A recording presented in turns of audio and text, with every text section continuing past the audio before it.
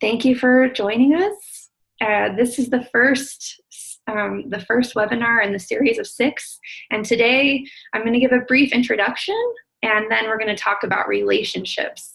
So this entire thing today is about relationships, and this is the journey through your individualized blueprint for ego satisfaction and soul fulfillment. So first of all, I just want to celebrate the fact that we're alive and that we're humans and that we have a body and this beautiful vessel and vehicle for experiencing our world and for having a personality that helps us to meet our needs and gives us opinions, and that everything that we need to do, we actually have all the tools within us to do it. We are complete and whole vessels.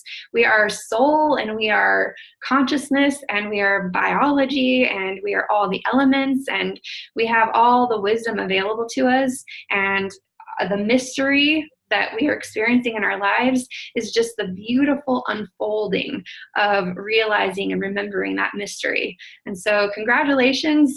You may be in a girl body, you may be in a boy body, but in any case, it's such a gift that we even get to be alive. And so just celebrating that accomplishment alone is part of the beginning of becoming satisfied and fulfilled. The other beautiful thing is that we are made up of energy, and it's flowing around us and inside of us all the time. Our body and the way we perceive energy, it's always moving and adjusting to help us create our reality. And so the fact that we are able to interface with energy and experience energy means that we are constantly able to adjust to what's happening in our environments and adjust to make new decisions, to stabilize our decisions, to move away from pain, to move toward pleasure. The fact that we can sense energy, whether it's emotional energy or physical energy or inspired energy or contracting energy, this is all the spectrum of the way that we experience our reality and create change and create satisfaction and fulfillment. The thing that's beautiful is each one of us is very unique and special. Our recipes for experiencing joy, our recipes for contracting into pain, our recipes for manifesting and creating things in the world, and our recipes for maintaining and securing and protecting are all different. Every single person has a different recipe, and that's what makes us so beautiful. Our differences, in fact, are part of our purpose being here. And the birth chart is just one way of seeing the reflection of our individuality. So when I was learning all of this processing and understanding my own individual expression on this planet, I not only looked at my own birth chart and my own life, but I was very, very interested in everyone else's. And that's what actually drew me to reading natal charts. Natal charts are an actual tangible map to seeing the differences in all people. And of course, the paradox here is, even though I was able to read the differences in all people, I also saw that we all are exactly the same in some ways, that in some ways the containers are the same, even though all the ingredients in the soup are different and in different quantities. And in my journey, I actually saw that there's energy that we utilize within ourselves in our own processes of navigating who we are on a personal level, and there are energies outside of us that help us to perceive our reality. And there is a difference between inside and outside, and there is a difference from perceiving from within and perceiving outside outside of us. And so I actually created I learned all of this through picture images, and then I let the picture images start holding a place for some of the more tangible data. And this is one of the drawings that helped me to understand that in our cycles, there's like the difference between the ego and the personal and then the soul, and that they're all showing up for us in different ways. And so from that little thing, I actually wanted to show just the origin. Each one of you has a natal chart like this. And this is just the mathematical way of discerning where in time and space the sun and the moon and the planets and the earth and the seasons, what those looked like at the time that you were born. And from that, astrologers have been able to discern things about the person's makeup in some ways based on when they came into the earth. And it's not so outlandish to believe that this is possible. We actually look at different plants on the earth growing at different locations to discern, like, okay, what are the needs of this plant, and what season does this plant sprout, and when does this plant thrive? And so it's not so outlandish to believe that as humans coming into the earth at a certain time and climate and landscape would in some ways inform the personality and the way we maneuver in our lifetime. And so from that, I discerned also that because, at the time we were born, there was midnight and sunlight. So there was dark and there was light. There was the external world and the internal world. And I did a bunch of different calculations that, luckily for you, I don't need to bore you with those details. Of course, if anyone really wants to get into it, we can dive more deeply in another time. But essentially, I learned that there's dynamic tension between all of the different parts of us, between dark and light, between masculine and feminine, between the earth and the heavens. And by really diving more deeply into those polarities and that dynamic tension, I was able to discern that we have 6 needs that are constantly trying to balance each other. And there are 6 parts of our lives where we can effectively meet these needs. And so from all of this data, I've actually created these maps, and hopefully you were able to download your own map. And the languaging I used here, for each of you, you have a different recipe for meeting your needs. And while I spoke to many of you about a higher octave and a lower octave, as I'm understanding now, the difference between the higher octave and the lower octave is actually that the lower octave, and I didn't like to use the word lower because it somehow like created some kind of hierarchy, like this is a lower, lesser, blah, blah, blah, and this is a higher, blah, blah, blah. And so I'm using the word ego instead. I know some people have a relationship with ego that's in some ways negative, but ego, in my definition, all it means is this is the desires and the satisfaction of the physical form, of the personality, of the identity, the roles that I'm playing, the little character that I get to play in this lifetime. My character has an ego that makes up all of my desires, my preferences, all my life experiences, all my values. And so my ego is very important. Without my ego, I would not survive. I would perish. I would not have preferences, and I wouldn't be able to maneuver on this planet very well. And all of you have egos too, and we should be very grateful for our egos. And part of some of our processes are actually to integrate our ego more deeply into our love. And we'll talk about that in the segment because that really has to do with our relationships. So we have the ego focus, and it's beautiful. And we also have a soul focus. And a soul focus is that intangible connection with all that is, that higher self perspective, that big longing that's bigger than us. And it's really more of a place that we're evolving to, and a place that we're evolving from. And so uh, that's where I'm actually coming from in this. And in your chart or in your map, you'll see that for each need, you have both an ego focus and a soul focus. And so today, I want you to locate on your map where your relationship line is. And it's going to fulfill one of these needs. On this chart, it's in the identity location, but you're going to have it in a different area of your chart. So you're going, even though we're going to be talking all about relationships, I want you to be thinking about that need that it fulfills and really allow yourself to reflect on that need specifically, and then how your relationships are reflecting that, whether you're satisfied or fulfilled or unsatisfied and unfulfilled, or a combination of either of those. So the thing that's so important about meeting our needs is that meeting our needs affects our energy. And our energy affects the way we perceive our life. This is incredible. We are actually having a really strong impact on our reality.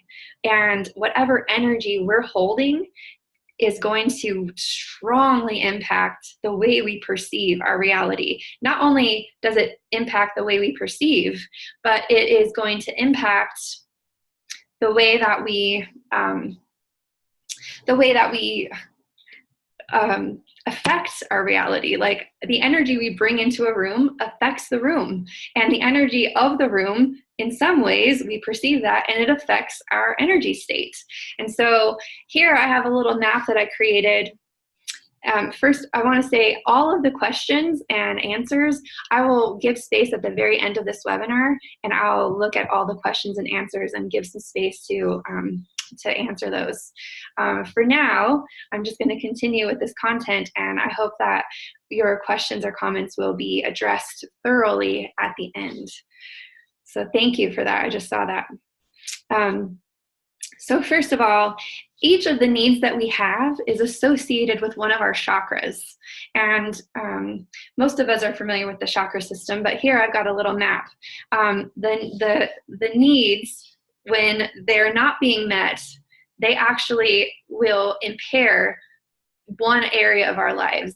More than one area. It actually impairs everything, because the chakra system is, in fact, a way that energy moves through our body so that we can perceive and affect our reality. And so it's important to recognize that all of these needs are very important, and that each one of them is going to affect the way that we are perceiving. And for here, I want to address that our body is always energetically creating and perceiving our reality. And that each step of the process is subject to several different variables. So variables include our biology. If our biology is not feeling awesome, if we have pain in our body, if we've just had a ton of coffee and our biology is like really in a stressful state, it's going to really strongly affect the way we perceive the stimuli in our environment. Someone driving on the road and honking a car at us is going to feel a lot different if we're hyped up on caffeine than if we've been drinking chamomile tea. So our biology is definitely a huge variable in how we perceive and create our reality. And that speaks to, the biology speaks to our base chakra. Our physiology, the way we hold our body, is going to strongly affect the outcomes that we have, the way we perceive our reality.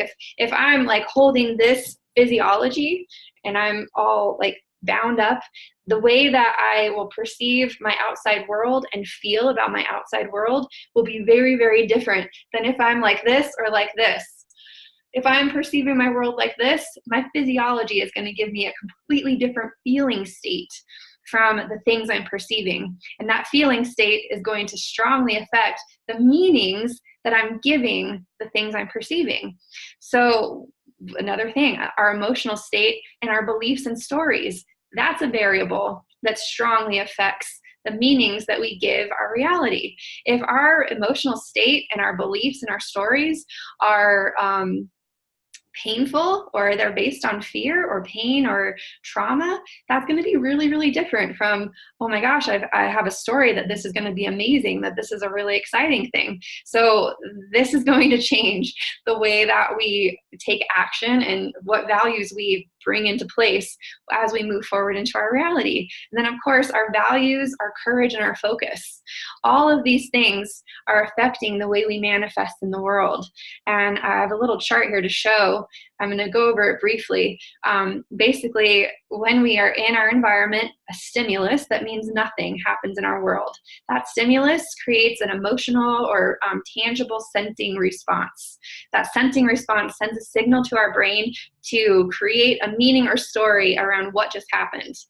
The meaning or story goes into our value system, and based on the values that we have in that moment, which are definitely dependent on our state and our feelings and our biology and our physiology, that's going to help us create a plan of what we're going to do next. And from that plan, we will take an action. That action is going to give us an outcome, and there we've created our reality. So that's creation in a nutshell. So you can see how when we looked at the previous slide, whatever need we're not meeting is going to affect a part of this process.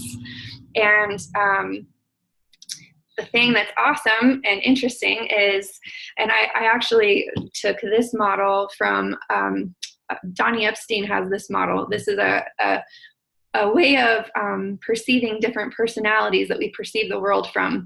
And so the other thing that's so interesting is where we observe our reality from makes the biggest difference in how we feel about what we're perceiving. So the field around us, around all of our bodies, it holds everything, all perceptions. It holds all thoughts. It holds all feelings. It holds all the perceptions available to us.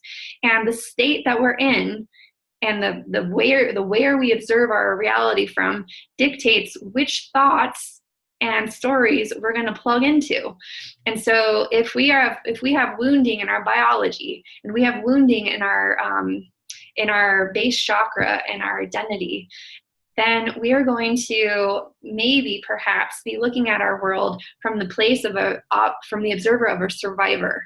If we identify with the personality of a survivor, we're going to have a completely different way of operating in the world than if we operate from a really emotional place. If we're operating from a very emotional place, we're going to be tuning into a perceptual space of the reactor, where we're looking for things to react from, and we're moving away from our reactions emotionally. If we're operating from a place of a thinker, from a mind, from an ego perspective, or a thinking perspective, a perceiving intellectual perspective, then we will look at our life from the place of the thinker. Then we have a person who is looking at the place from a place of the heart, from values, from like, how can I make the best out of the situation? How can I optimize the situation? And from that perspective, we're going to be looking with the eyes of the optimizer. From a soul perspective, if we look at our life from our soul, then we're going to be looking at everything from this illuminated perspective of like, wow, like everything is magical, everything is connected, like we are all one, it's His love. And then finally, when we really tune into universal consciousness and tune into that field, we're able to have eyes of the weaver. And the eyes of the weaver are very much about, how do I recognize that all of these are parts of me, and which parts of me are valuable to use when? When is it the best time to use that survivor? When is it the best time to use the reactor? And thinker and optimizer and illuminator. So I realize I just kind of threw a whole bunch of concepts at you, and this is an introductory part of the seminar, but I wanted to give you a little bit of a why. Why is it so important to be conscious of meeting our needs? Because each one of our needs corresponds to one of these levels of perceptions. And the greater satisfied that need is by our ego, and the more fulfilled it is by our soul, the more amazing flow we'll experience in our life. And that brings us into a state of grace and presence. And from all of the calls I've been having, this is what people want. People want grace and presence and joy and connection and trust and faith and love. These are all the human things people want. And when there's like a crunch in any of these places or a congestion in these places, that's when those qualities end up becoming muted. And there's a way to actually allow ourselves to perceive meeting these needs and loosen that flow so that we can actually be in right relationship with it and begin getting in congruency again. So now, to get into the juice of relationships, it's great that we're starting out with this one, because the truth is everything is relationship. Everything. I chose this picture. It's kind of a funny picture about, it looks like the moon and the sun are trying to kiss, or maybe the moon and Mercury are trying to kiss and the sun's in the way, and there's like this relationship dynamic going on between these celestial bodies with these human bodies, and a little bit of conflict and energy going on here. The truth is that every relationship we experience with people or with roles or with food or with exercise or with anything is relationship. And there are, as I described earlier in this webinar, there are several variables that can affect the way we're in relationship with things. And so it's wonderful to start this way, because as we move forward and progress, you're going to see, well, what's my relationship with growth? What's my relationship with excitement? What's my relationship with uncertainty and service? And so let's start by just focusing on our relationship between ourself and our relationship with other.